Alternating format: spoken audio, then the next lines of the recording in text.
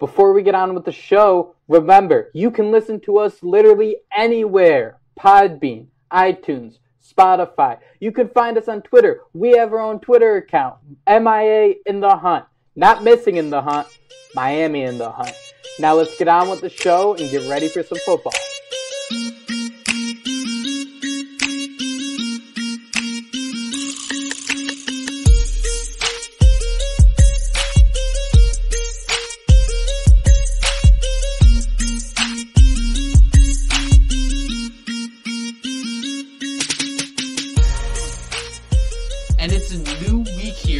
Podcast. My name is Jake Mendel, joined by Topher Cochran. And Topher, every week I say it's, some random day since we started this podcast. I'm throwing it out the window. Preseason's almost over. Football's almost here. How we doing? I'm good, man. Once that preseason game ended, I was like, okay, now week 4 doesn't matter, even though in my previous week I said it's an underrated game. I don't care anymore. Nice. I lied. I would just try. No, I don't care anymore. You lied? I didn't lie. I just realized that once I'm at week 4, I don't care anymore. I lost the interest of watching week 4 because no one's gonna play, and you haven't seen enough, but you're not gonna sit here and watch David Fales, Brock Osweiler, and who's the other bum? Exactly. I don't want to watch him anyway. It's week 4. Who gives a crap? That's what I like to hear. And week 4, that's how long it took you to get sick of it, dude. Week 2, I was tired of preseason, and Jerry Jones. Yes, that Jerry Jones brought up maybe we should have 2 preseason games and 18 regular season, throw in another bye week. How would you feel? I would love it regardless because it's the regular season. It's more football. The only thing is I'm concerned is one obvious. It's just injuries. It's just stuff like that. It's injuries. It's offenses. You could use that extra week to practice. But that if it's an 18-game season, it's mathematically impossible for you to go 8-8. Which we would have to change our show. We'd have to throw it all right out the window. What are we going to be 9-9? We're going to be 9-9. Well, you'll still be in the hunt. You'll just be 9-9. I think I feel more comfortable. 10-7, baby. Oh my god. No, my math's awful. My math. Well, yeah, they would have 2 bye weeks. Exactly. 10-7, baby. The new 10-7. It'd be 11-7, but we'll sleep it under the rug. Whatever. Who cares? Who cares? So Topher, the 3rd preseason game, arguably the most important one, is under our belts, and you walk away. You left the movie theater. What was your first impression? When I was watching it, it was very you can't help but not get annoyed. Right. Like you just want to have premature excitement. That's all you want. You just want to be able to. You just want to have a reason to be excited, and you kind of left. It was very underwhelming. The first play was a fumble. Exactly. See, I had to start a little late, so I started at the 5-minute mark, and all I saw, I tried to stay off Twitter. All I saw was people posting that GIF. I think it was against the Cardinals where Tannehill threw it, and it went 10 yards backwards. And I'm just sitting there oh, Jesus Christ, what did this guy do now? And that's the thing is, I didn't mean to cut you off. It's just you're watching it, and you just want to be excited.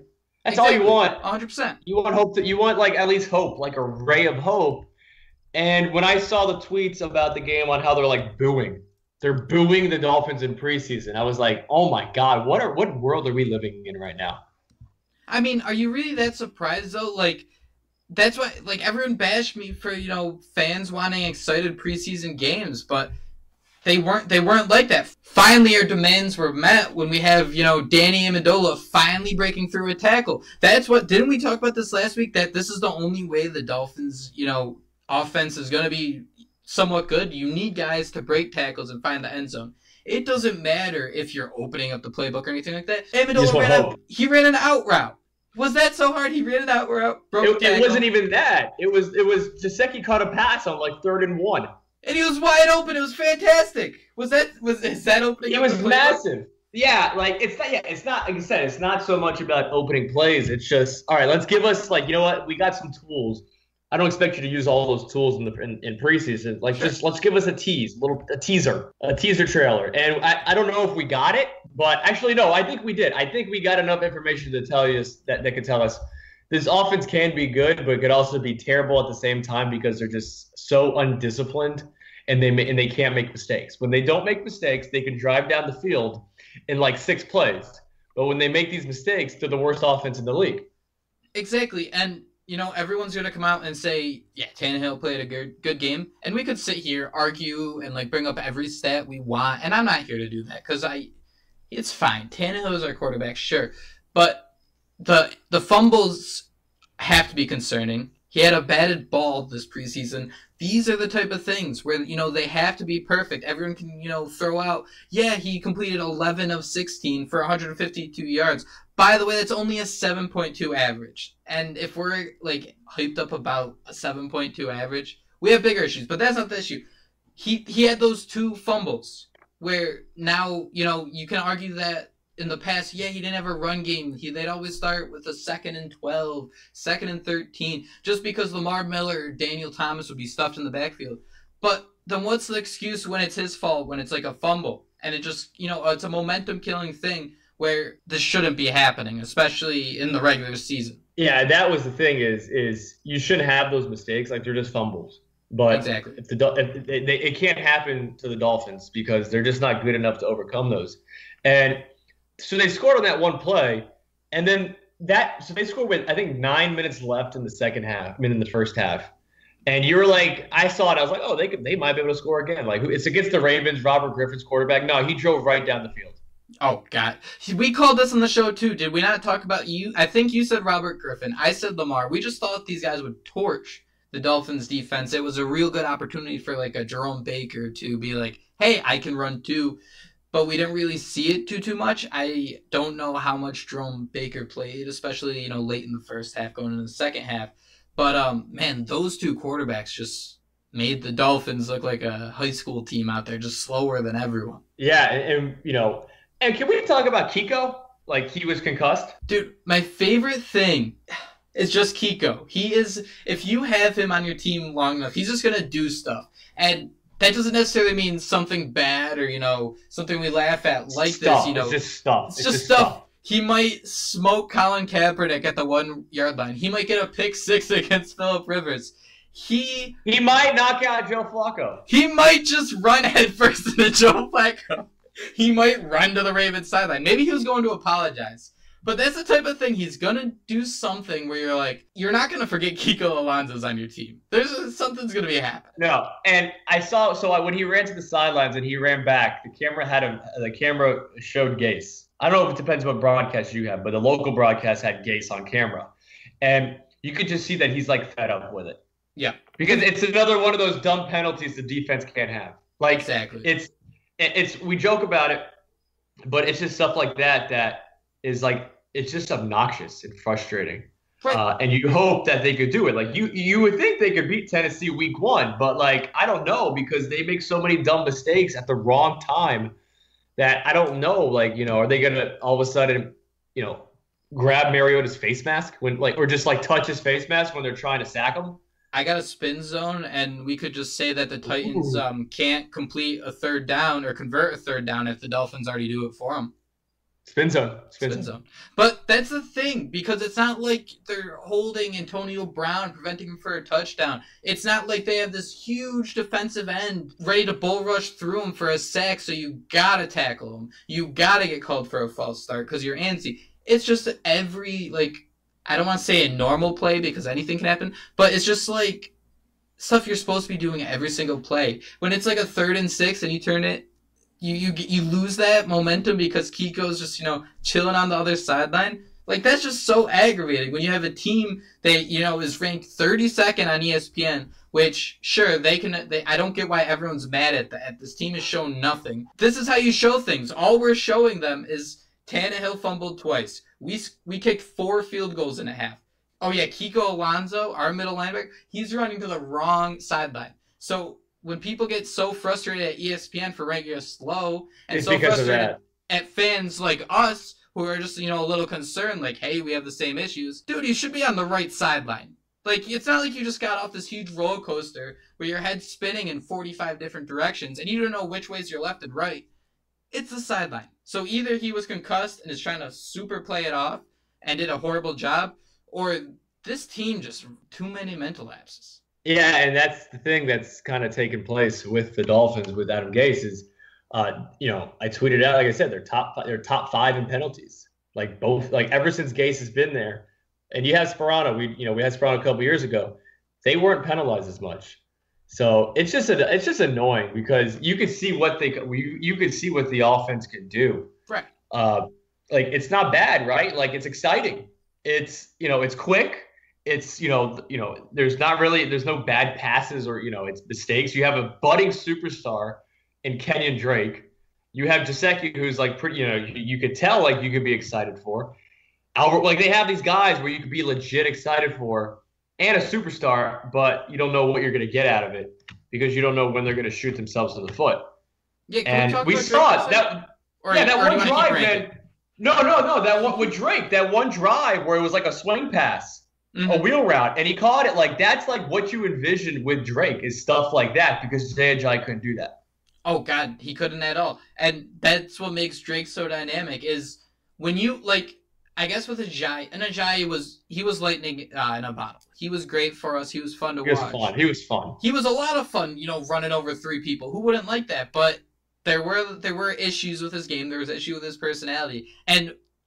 I just want a camera just zoomed in on Tannehill's eyes every time he motions Drake and it's a man defense and you just see a linebacker at the line of scrimmage with him. I just want to see how his eyes light up because he's gonna have a damn good chance at catching a ball and bringing it in for a touchdown and it not even being any fight, just being able to walk it in. I think it was just cool seeing. Kenny Stills was involved. Like everybody somewhat got involved. I mean, Devontae Parker did play.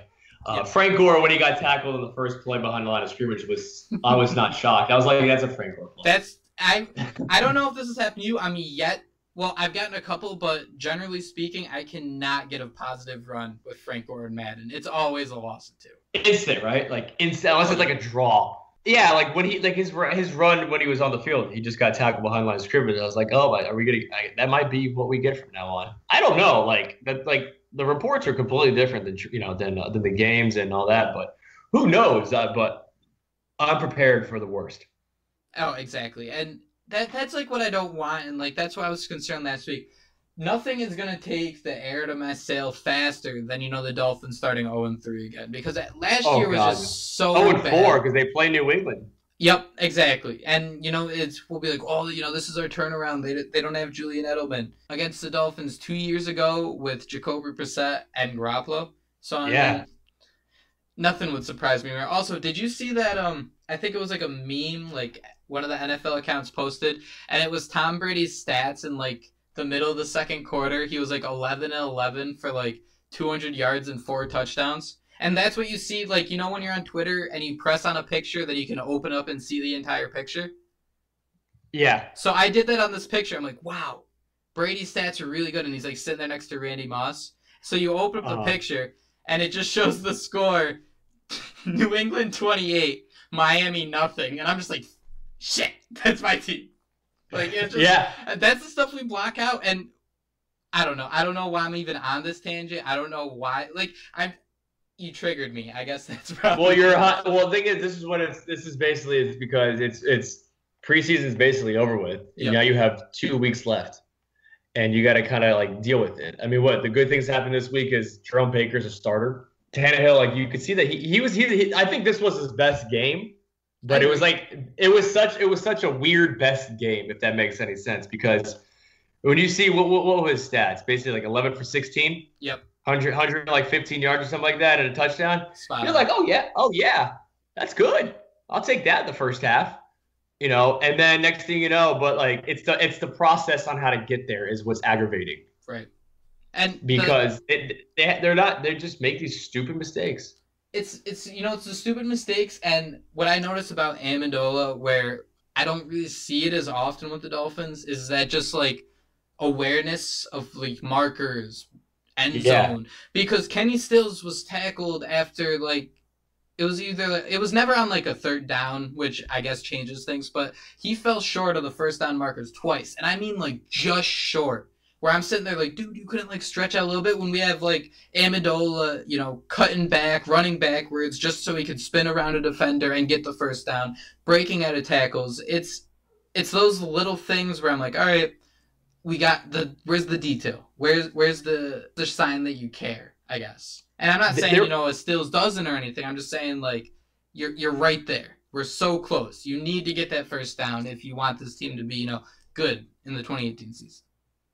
There was a moment where it was after the game. Amendola said like the offense needs more work, right, or it needs to get better. And then like I was like, you know what? Whenever he talks, I kind of believe him. Well, and it's just mainly because he came from New England, right? Like he came, and you know, I've always wondered what's it like for a player going from a team like New England to an average team like the Dolphins, and just seeing the way things are operated different. Like, I would love to know what Gase does different than Belichick. Mm-hmm. Exactly.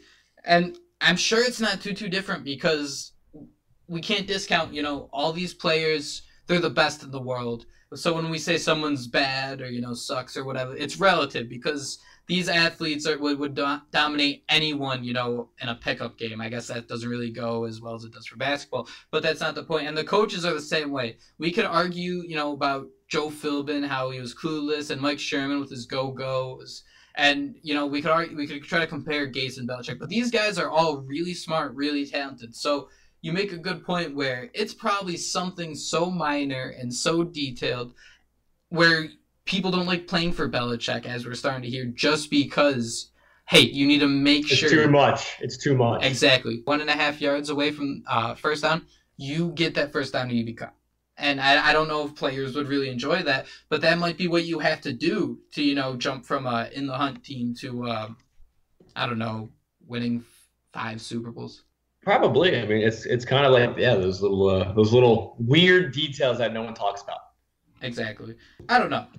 Let's talk about the Dolphins receiving core a little bit more because would you be confident in this group without, you know, a physical threat like Parker? It's weird because I'm always the guy. The receivers I like are those big physical guys. Right. I've always thought a number one team, you need to have those physical freaks on your team. Mm-hmm. And so it's weird. Like I kind of want to wait to see what happens first, but right, that's really a horrible answer because I remember when they had like Hartline, Wallace, and like Gibson. Mm-hmm. And you were trying to get like confident with that.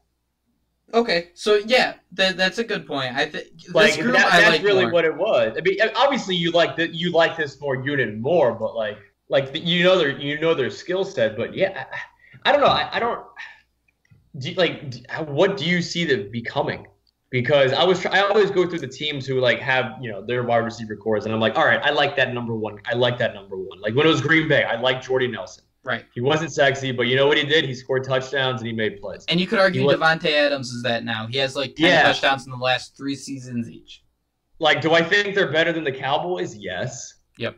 Do I think they're better than like the Bears? Yeah, I'll take them over the Bears. Are you sure? Yeah, I would. Are they better than the Browns? Like, I mean, you got Josh Gordon if he comes back. You got Njoku. I don't like. That's the thing is like I got to see it work because if it doesn't, then like the results aren't going to shock you. If they don't play good, I'm not shocked. Right. And you just kind of brought it up and you didn't mention his name. Do we even want to talk about Jarvis Landry saying he was sent to Cleveland to die? I thought that was hilarious. And the thing is, I feel like every person who's a Dolphin fan or a Heat fan can relate.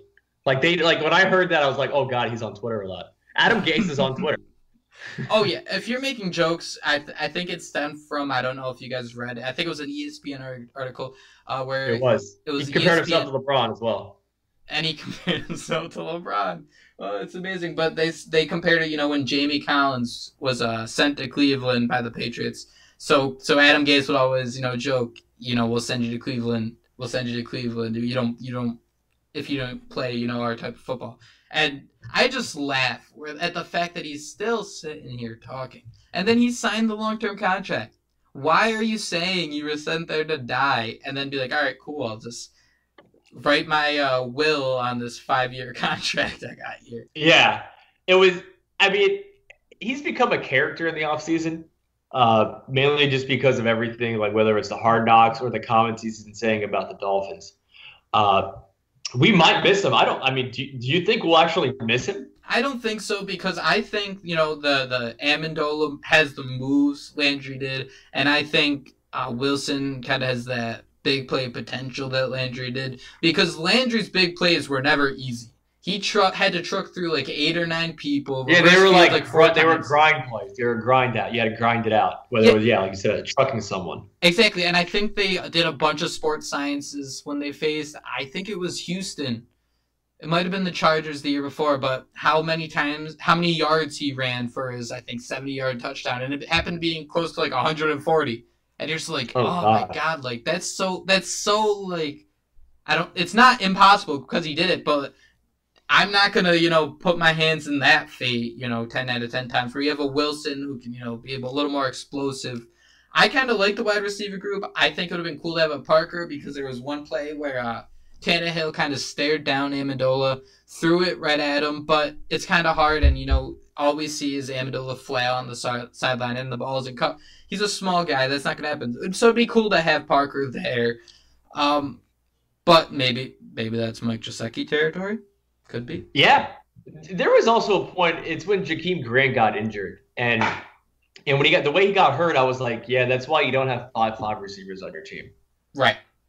Because he's fast as hell. Right. But if someone gets a good shot on him, that's like a chest shot on a normal player. Exactly. And I saw it and I was like, that's why you don't have those short dudes on your team, man, because they're good, but if they're fast, but that's why not a lot of people have it, is they're too small and they get hit like that. And it's also obviously physically hard for them to do certain things. But yeah, like it's just injuries like that where you're like, holy crap, like all it takes is Amendola to get hit like that, or Wilson. And next thing you know, you're out. I think that's kind of why he likes those guys. Gase, like those guys, is because they know how to, get hit. And we could argue that nobody knows how to get hit, especially when guys are flying at you. But with Jakeem Grant, when he braces for impact, all of a sudden his head is so low, you can't go lower to that guy. So you're just gonna smoke him in the head. I guess I get the penalty last week, but I mean, I couldn't as a Dolphins fan. Yeah, give me that penalty 10 out of 10 times. But as someone who's just trying to like watch football, I'll put on my journalist cap, I guess. But it shouldn't be an illegal hit when the defender can't do anything. I mean, it's nobody's fault. It's just an issue with the game. This dude's 5'5". You duck when you're going to get hit.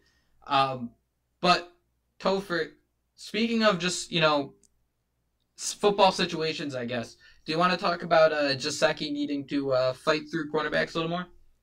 Oh, yeah, definitely. So he made that catch on the convert to first down, or to convert to third down.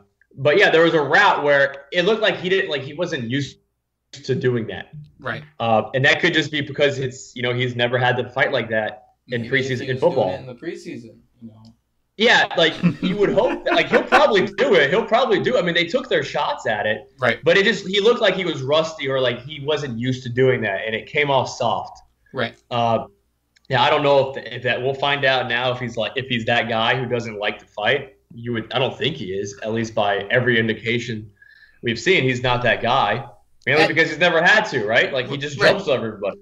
And for everyone screaming at us through the radio, yes, we saw like there was a lot of gripes that it should have been a flag, it should have been a bag. Sure, of course. You gotta fight. You gotta fight for that flag, though. Exactly, you gotta fight for the flag, and it's the same case we've made for Cameron Wake for forever. Every player in the NFL has penalties against them that don't get called. You need to do everything you can to sell it or beat it. If someone's Grant does it. True, he got he's tiny. He's tiny. He falls down. It's a penalty. Exactly. So it's like the whole Shaq thing. Right. It's harder for fouls to get called on Shaq because he's so big. And so it might be hard for Gesicki too. Like he's just got to figure out. He's got to figure out how to use his bod. He's got that bod. If he's getting held, you gotta, flail up your arms. If you're not catching that ball or have no chance, even if you're getting held, you still gotta push. But if you have no chance, you're flailing, you're kicking and screaming to make sure the ref knows, hey, I'm being held. But Topher, I'm kind of like thinking of looking at our rundown right now and everything we kind of talked about. We forgot the big one. I don't even know what you're going to talk. I was going to say we've been a little too negative. So hopefully this big one you want to talk about could be a little positive light for us here. Oh, I know where we're going with this. I'll just say it wasn't actually what I wanted to talk, but I wanted to bring up to you. Big Sack Bob. Let me guess. Is that it? I honestly didn't. That was up to you where you wanted to go with it, and you put it in a great place. I threw it up there for you. Threw it up. I went up and caught it. No problems for the touchdown. Rob Quinn's looking awesome. There's no two ways around it. The flexibility's there, the speed's there. He's awesome in Madden. Like, this guy's looking like a great signing. And I guess the one concern I have is typing out Big Sack Bob without knowing like the story behind it or what we're specifically talking about is a little questionable. So I want to bring up to you, is there any way we should change that nickname at all? No, embrace it.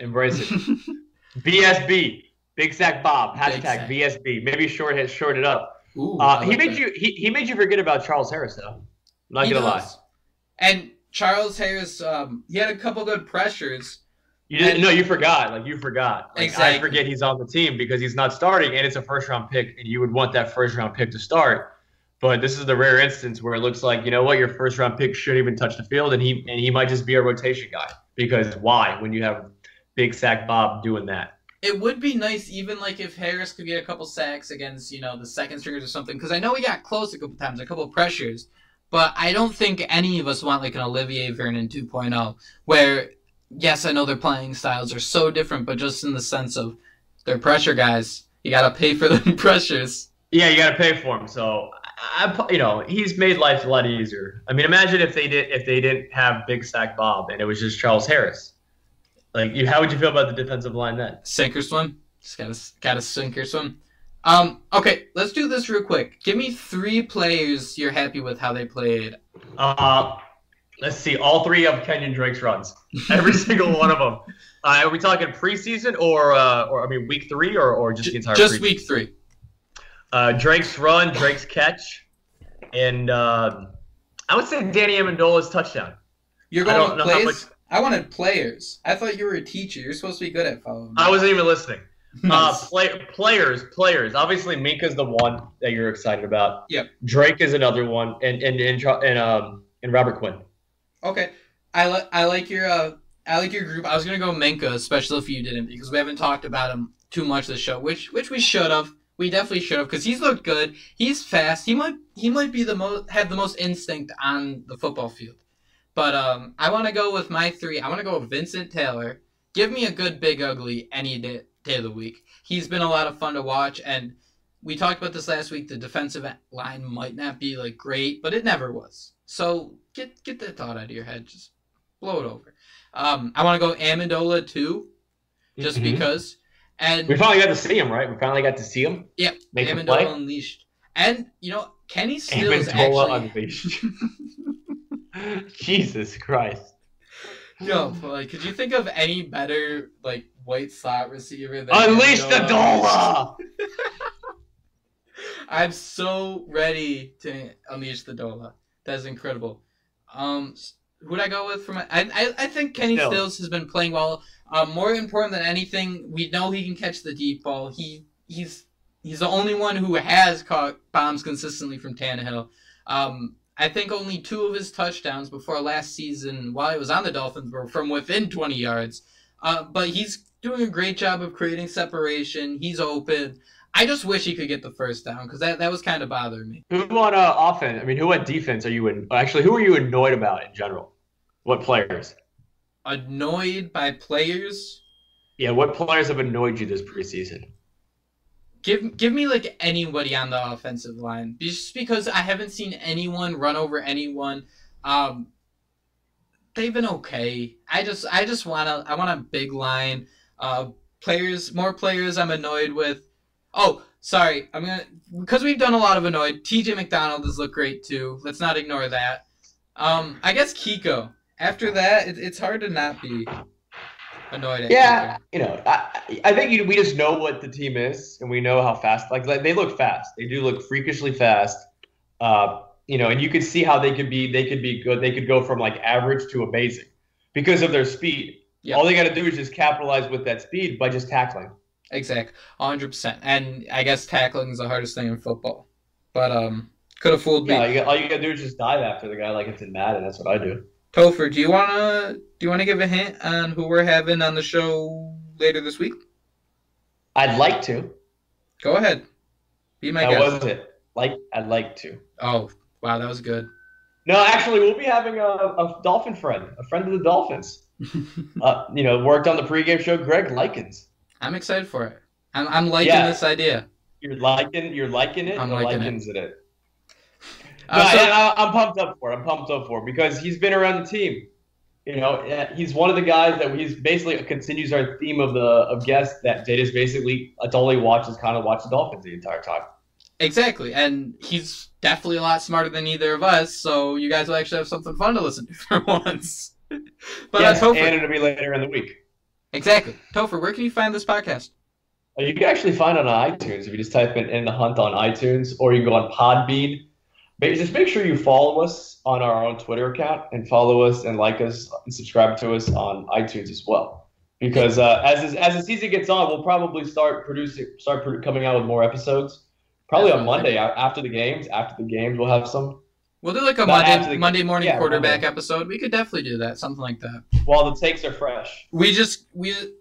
If somebody's gonna do it this year, we got to start the bandwagon. Whether it's get a bunch of like mindless trolls for the fire Adam Gase bandwagon when they start 0-3 or something along those lines, where we're just leading the charge and some outrageous. Well, right now we're leading the charge on Big Sack Bob, Gronk Stopper. Yep. And Unleash the DOLLLLLA. Unleash the DOLLLLLA. That's I might sit around this weekend and try to Photoshop Emdo's face on like a Kraken or something, and a fireball. We're on.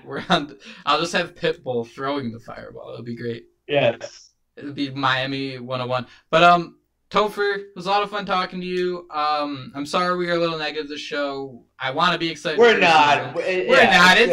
We're used to. This is the same old Dolphins. You heard me out there. You know what I'm saying. But Topher, fins up. Fins up.